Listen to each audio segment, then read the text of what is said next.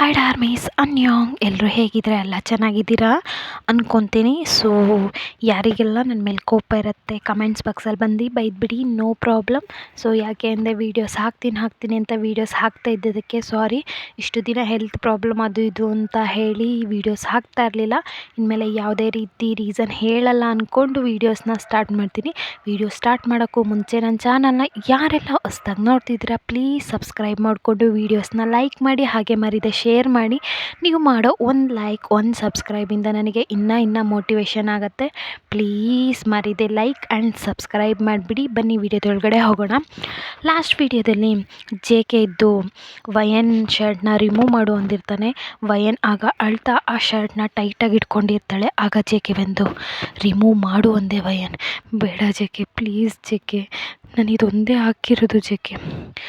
ನೀನು ಅವತ್ತು ನಾನು ನಿಮ್ಮ ಮನೆಗೆ ಬಂದಾಗ ಏನಂದೆ ಹೇಳು? ನಾನು ಕಾಲಿಟ್ಟಿರೋ ಜಾಗನ ತೊಳಿಬೇಕು ಅಂದೆ. ಅದೇ ಇವತ್ತು ನೀನು ಹೇಗೆ ನನ್ನ ಶರ್ಟ್ ಹಾಕೋಬೋದು, ಹೇಗೆ ಹಾಕ್ಬೋದು? ಸೊ ರಿಮೂವ್ ಮಾಡು ಅಂದೆ ಅಂತ ಹೇಳಿ ಜೆ ಕೆ ಇದ್ದು ಅದನ್ನು ಇಟ್ಕೊಂಡು ಬಿಡ್ತಾನೆ. ಆಗ ಆ ಬಟನ್ಸ್ ಇರುತ್ತಲ್ಲ ಅದೆಲ್ಲ ಕಿತ್ಕೊಂಡು ಹಾಗೆ ಬಂದುಬಿಡತ್ತೆ. ಅವನಿರೋ ಇದಕ್ಕೆ ಆ ಶರ್ಟೆಲ್ಲ ಯಾವ ಲೆಕ್ಕ ಹೇಳಿ. ಸೊ ಆ ಶರ್ಟು ಅದು ಓಪನಾಗಿ ಹಾಗೆ ಹೊರಗಡೆ ಬರುತ್ತೆ. ವಯನ್ ವಿತೌಟ್ ಡ್ರೆಸ್ಸಲ್ಲಿದ್ದಾಳೆ. ಸೊ ಅಲ್ಲಿರೋ ಬ್ಲಾಂಕೆಟ್ನ ಕವರ್ ಮಾಡ್ಕೊತಾಳೆ.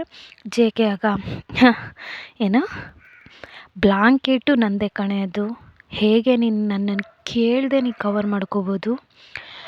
ರಿಮೂವ್ ಮಾಡು ಬೆಡ್ಶೀಟ್ನ, ರಿಮೂವ್ ಮಾಡು ಅಂತಿದ್ದಾನೆ. ಜೆ ಕೆ ಯಾಕೆ ಹೀಗೆ ಮಾಡ್ತಿದ್ಯಾ J K? Please J K, ನನ್ನನ್ನು ಬಿಟ್ಬಿಡು ಜೆ ಕೆ. ನನ್ನಿಂದ ಈ ನೋವನ್ನೆಲ್ಲ ತಡೆಯೋಕ್ಕಾಗ್ತಾಯಿಲ್ಲ. ನೋವನ್ನ ತಡೆಯೋಕ್ಕಾಗ್ತಿಲ್ಲ. ಇನ್ನು ಒಂದು ದಿನಕ್ಕೆ ಈ ರೇಂಜಿಗೆ ಹೇಳ್ತಿದ್ಯಲ್ಲ ವಯನ್.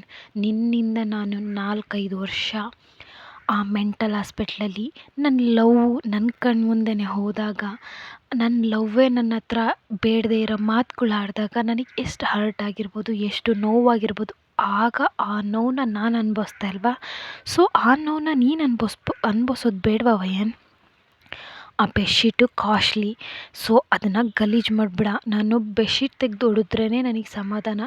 ಬಿಕಾಸ್ ಆ ಹೊಡೆತ ನಿನಗೆ ಅಷ್ಟು ಪೇಯ್ನ್ಫುಲ್ಲಾಗಿರುತ್ತೆ. ಬಟ್ ಬೆಡ್ಶೀಟ್ ಮೇಲೆ ಹೊಡೆದ್ರೆ ಆ ಒದೆ ಆಲ್ಮೋಸ್ಟ್ ಬೆಡ್ಶೀಟು ದಾಟಿ ನಿನಗೆ ಬರೋಷ್ಟರಲ್ಲಿ ಅದು ಲೈಟಾಗಿ ಪೇಯ್ನ್ ಇರುತ್ತೆ. ಸೊ ಬೆಡ್ಶೀಟ್ನ ರಿಮೂವ್ ಮಾಡು.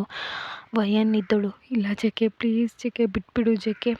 ಜೆ ಕೆ ಆಮೇಲೆ ಏನು ಮಾಡ್ತಾನೆ ಅಂದರೆ, ಅವನು ಹೇಳೋಷ್ಟು ಹೇಳಿಬಿಟ್ಟು ಬೆಲ್ಟ್ನ ತೆಗೆದ್ಬಿಟ್ಟು ಆ ಬೆಡ್ಶೀಟಲ್ಲೇ ಹೊಡಿತಾ ಇದ್ದಾನೆ. ಆ ಹೊಡ್ತದ ಪೇಯ್ನ್ ತಡಿಲಾರ್ದೆ ವಯನ್, ಪ್ಲೀಸ್ ಜೆ ಕೆ ನನ್ನಿಂದ ಆಗ್ತಿಲ್ಲ ಜೆ ಕೆ, ಅರ್ಥ ಮಾಡ್ಕೋ ಜೆ ಕೆ. ಅರ್ಥ ಮಾಡ್ಕೋಬೇಕಾ? ಅರ್ಥ ಮಾಡ್ಕೊಳ್ಳೋಣ ವಯನ್, ಆಯಿತಾ? ಸೊ ಇವಾಗ ನನಗೆ ಇನ್ನೊಂದು ರೌಂಡ್ ಹೋಗಬೇಕು ಅಂತ ಫೀಲ್ ಆಗ್ತಿದೆ. ಬಟ್ ಅದಕ್ಕೂ ಜಾಸ್ತಿ ನಿನಗೆ ಹೊಡಿಬೇಕು ಅನ್ನೋ ಫೀಲೇ ಜಾಸ್ತಿ ಆಗ್ತಿದೆ ವಯನ್ ಅಂತ ಹೇಳಿ ಅವನು ಹೊಡಿತಾನೇ ಇದ್ದಾನೆ. ಸೊ ವಯನ್ ಆ ಒದೆನ ತಡಿಲಾರ್ದೆ ಅನ್ಕಾನ್ಷಿಯಸ್ ಆಗೋ ಲೆವೆಲಿಗೆ ಹೋಗ್ತಾ ಇದ್ದಾಳೆ. ಹೇ ಅನ್ಕಾನ್ಷಿಯಸ್ ಆಗಬೇಡ ವಯನ್, ಜಸ್ಟ್ ಇವಾಗ ತಾನೇ ಸ್ಟಾರ್ಟ್ ಮಾಡಿದ್ದೀನಿ. ಒದೆ ಮುಗಿದ್ಮೇಲೆ ಅದು ಬೇರೆ ಮಾಡಬೇಕು ವಯನ್, ಪ್ಲೀಸ್ ಅನ್ಕಾನ್ಷಿಯಸ್ ಆಗಬೇಡ ಅಂತ ಹೇಳಿ ಅಲ್ಲಿರೋ ನೀರನ್ನ ತೆಗೆದು ಅವಳ ಮೇಲೆ ಹಾಕ್ತಾನೆ. ವಯನ್ ಅವ್ರು ಸ್ವಲ್ಪ ಕಾನ್ಷಿಯಸ್ಸಿಗೆ ಬರ್ತಾಳೆ. ಅವನು ಕಾನ್ಷಿಯಸ್ಸಿಗೆ ಬಂದ, ಸರಿ ಅಂತ ಹೇಳಿ ಮತ್ತೆ ಹೊಡಿಯೋಕ್ಕೆ ಸ್ಟಾರ್ಟ್ ಮಾಡ್ತಾನೆ. ಪ್ಲೀಸ್ ಜೆ ಕೆ, ನನ್ನಿಂದ ಆಗ್ತಿಲ್ಲ ಜೆ ಕೆ ಪ್ಲೀಸ್ ಅಂತ ಹೇಳ್ತಾನೆ ಇದ್ದಾಳೆ. ಬಟ್ ವಯನ್ ಜೆ ಕೆ ಹೊಡಿಯೋದೇ ನಿಲ್ಲಿಸ್ತಾ ಇಲ್ಲ, ಅಷ್ಟು ಹೊಡಿತಾ ಇದ್ದಾನೆ. ನಾನು ಅಷ್ಟು ದಿನ ನಿನ್ನಿಂದ ನೋವು ಅನುಭವಿಸಿರೋದ್ನೆಲ್ಲ ನೀನು ಅನುಭವಿಸ್ಬೇಕಲ್ಲ ವಯನ್ ಅಂತ ಹೇಳಿ ಹೊಡಿತಾನೆ. ಆಮೇಲೆ ಒಂದು ಟ್ಯಾಬ್ಲೆಟ್ ತೆಗೆದು ಕೊಡ್ತಾನೆ. ಆ ಟ್ಯಾಬ್ಲೆಟ್ನ ನುಂಗು ಅಂತಾನೆ. ವಯನು ನುಂಗ್ಬಿಟ್ಟು, ಇದೇನು ಟ್ಯಾಬ್ಲೆಟಾ? ಇವಾಗೆಲ್ಲ ಮಾಡಿದ್ದೀನಲ್ಲ, ಸೊ ಏನೂ ಆಗದೆ ಇರಲಿ ಅಂತ. ಜೆ ಕೆ ಏನು ಹೇಳ್ತಾ ಇದೆಯಾ? ನನಗೆ ನಿನ್ನಿಂದ ಏನೂ ಬೇಡ ಜೆ ಕೆ. ಅದು ಬಂದರೂ ನಿನ್ನ ರಕ್ತನೇ ನನ್ನ ಹೊಟ್ಟೆಯಿಂದ ಬರೋದು ಜೆ ಕೆ. ನಿನ್ನಿಂದ ನನಗೇನೂ ಬೇಡ. ನಿನ್ನಿಂದ ಬರೋದು ನನ್ನ ರಕ್ತನೇ ಆಗಿದ್ರೂ ಅದು ನನಗೆ ಬೇಡ. ನನಗೆ ಆ ಮಗುನೇ ಬೇಡ. ಹಾಗಾಗಿನೇ ಈ ಟ್ಯಾಬ್ಲೆಟ್ ಕೊಡ್ತಾ ಇರೋದು ಅಂತ ಹೇಳಿ ಜೆ ಕೆ ಅಷ್ಟು ಕ್ರೂರಲಾಗಿ ಮಾತಾಡ್ತಾ ಇದ್ದಾನೆ. ವಯನು ಆ ಟ್ಯಾಬ್ಲೆಟ್ ನುಂಗಿ ಆದರೂ ಜೆ ಕೆ ಹೊಡಿಯೋದು ಬಿಟ್ಟಿಲ್ಲ. ಸೊ ಹೊಡಿತಾನೇ ಇದ್ದಾನೆ. ಆಮೇಲೆ ಆ ಒದೆ ತಿನ್ನಲಾರ್ದೆ ವಯನ್ ಅನ್ಕಾನ್ಷಿಯಸ್ ಆಗ್ತಾನೆ.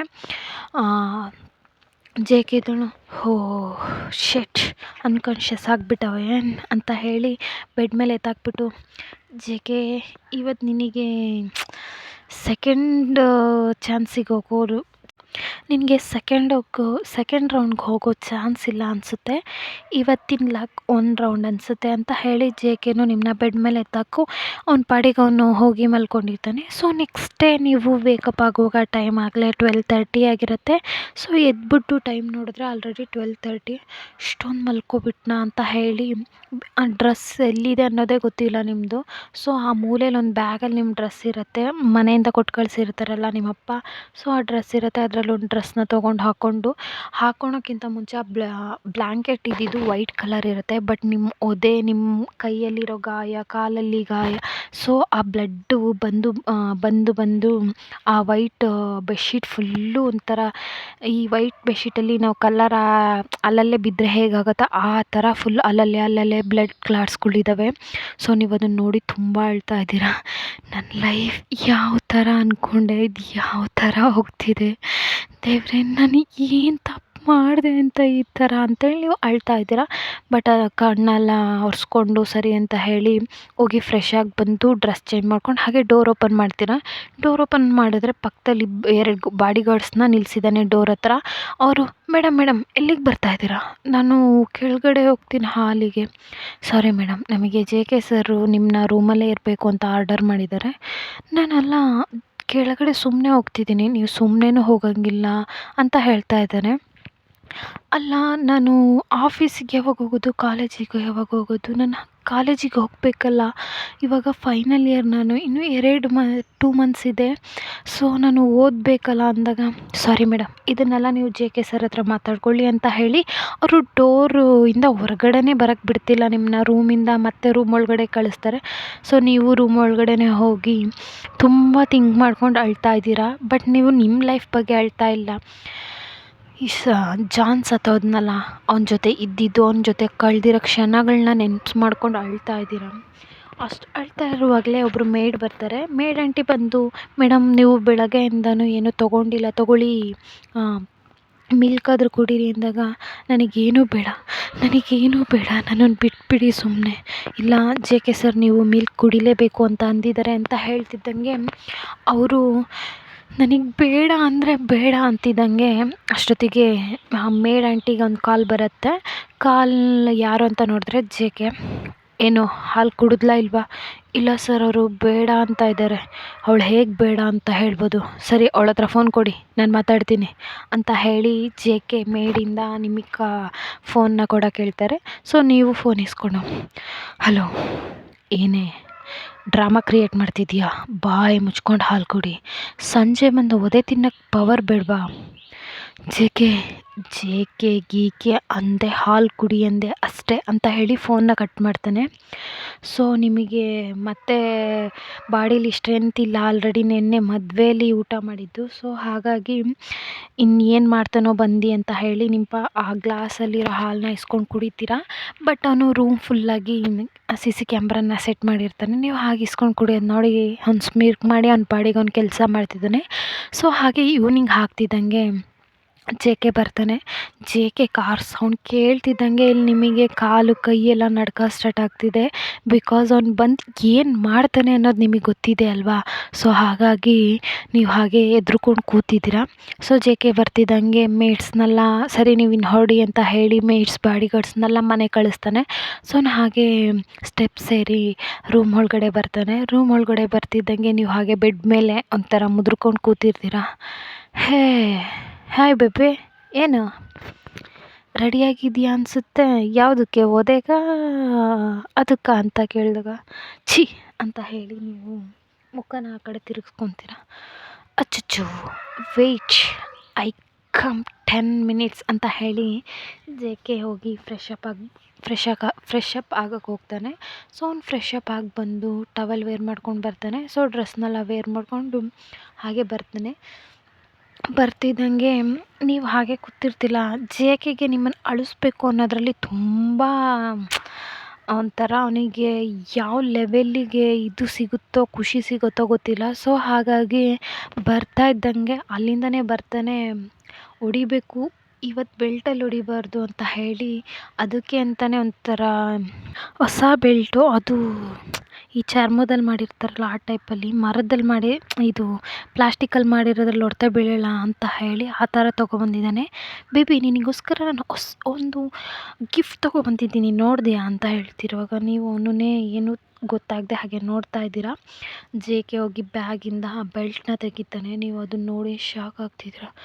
ಜೆ ಕೆ ಏನಿದು ಏನಾ?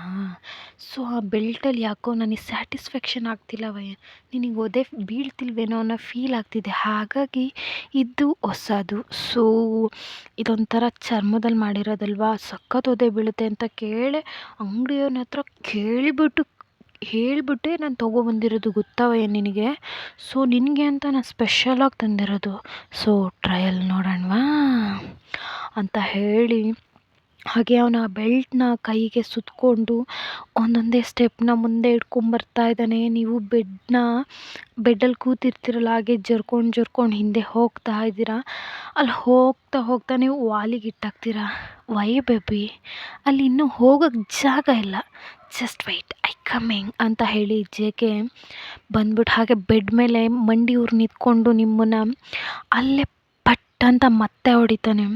ನೀವು ಜೆ ಕೆ ಯಾಕೆ ಈ ಥರ ಮಾಡ್ತಿದ್ದೀಯ ಜೆ ಕೆ? ನೀನು ಮೊದಲೆಲ್ಲ ನನ್ನ ನಗುಗೋಸ್ಕರ ನೀನು ಎಷ್ಟೆಲ್ಲ ಮಾಡ್ತಿದ್ದೆ, ಅದನ್ನು ಯೋಚನೆ ಮಾಡು J K.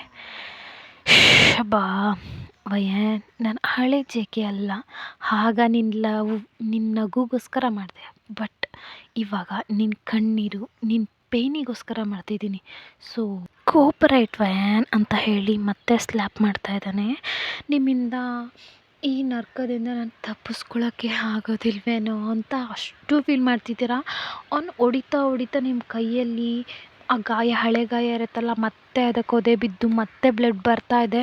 But J K ಅದನ್ನೆಲ್ಲ ನೋಡಿದ್ರು ಸ್ವಲ್ಪನೂ ಮರ್ಸಿಗೆ ತೋರಿಸ್ದೆ ಹೊಡಿತಾನೆ ಇದ್ದಾನೆ.